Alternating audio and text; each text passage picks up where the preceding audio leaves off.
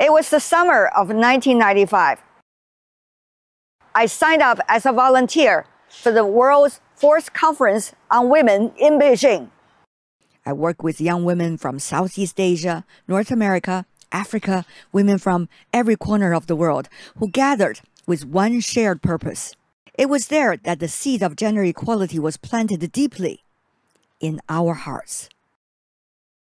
30 years ago in Huairou, with about 50,000 women from all over the world, excitement was in the air.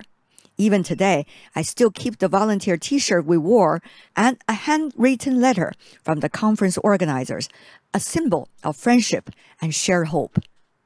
That year, for the very first time, I felt the world and I understood the meaning of her voice. We planted a seed then, a seed of equality, respect, and women's empowerment. 30 years later, the world has changed, so has China. I've seen women's resilience at the World Trade Organization meetings, in the halls of the United Nations, in war-torn Baghdad, and in snow-covered Davos. Through interviewing the UN Deputy Secretary General Amina Mohammed, the first female president of the New Development Bank, Dilma Rousseff, the first woman Director General of WTO, Dr. Ngozi Okonjo-Iweala. She once told me, countless women are already qualified to lead.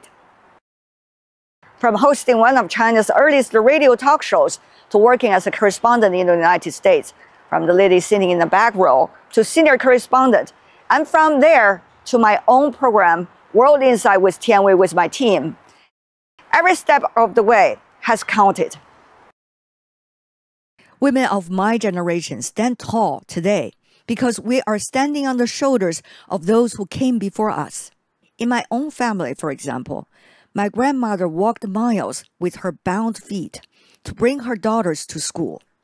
Though she was illiterate, she made sure they went to university, no matter the cost. And my mother's generation passed on that belief that education transforms lives and that women must be independent and contribute to both families and society. My family's story is only one among millions in China. Stories of resilience and contribution.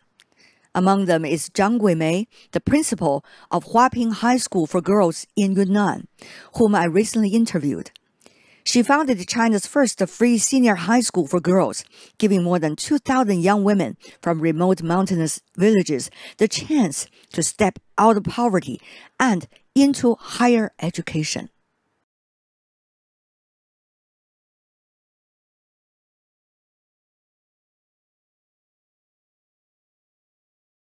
It is also a collective story, one that shows how sound policy and real implementations can transform lives.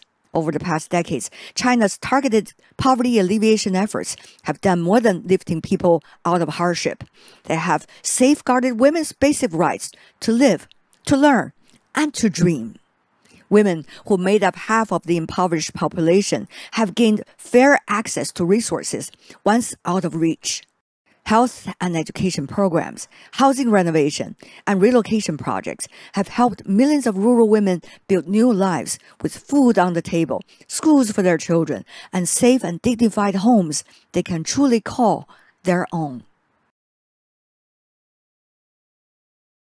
If the power of women is a beam of light, it illuminates the infinite potential and possibilities within us all.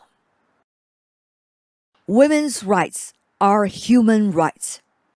That principle was enshrined 30 years ago at the historic World Conference on Women in Beijing.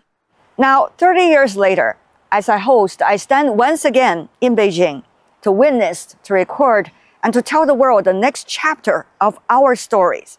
Because the fight for gender equality never ends, and every woman's voice always matters.